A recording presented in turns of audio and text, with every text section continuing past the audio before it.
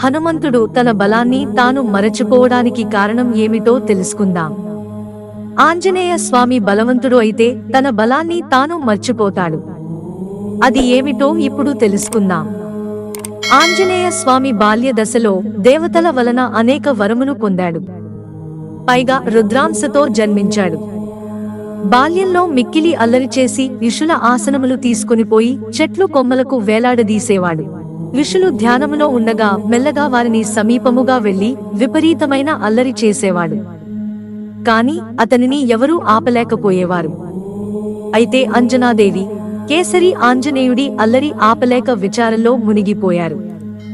వారు తమకు తోచిన రీతిలో హనుమంతుని దారిలోకి తెచ్చుకునే ప్రయత్నించారు. కాని వారి ప్రయత్నం ఫలించలేదు.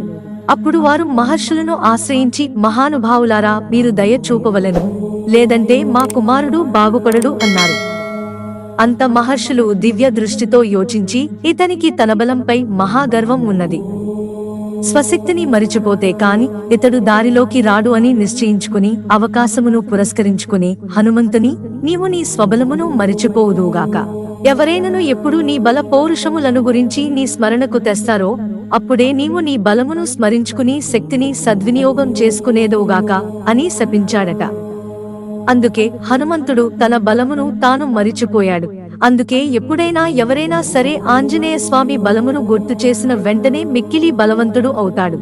మిత్రులారా, ఛానల్ సబ్స్క్రైబ్ చేసుకోవడం మర్చిపోకండి. ధన్యవాదాలు.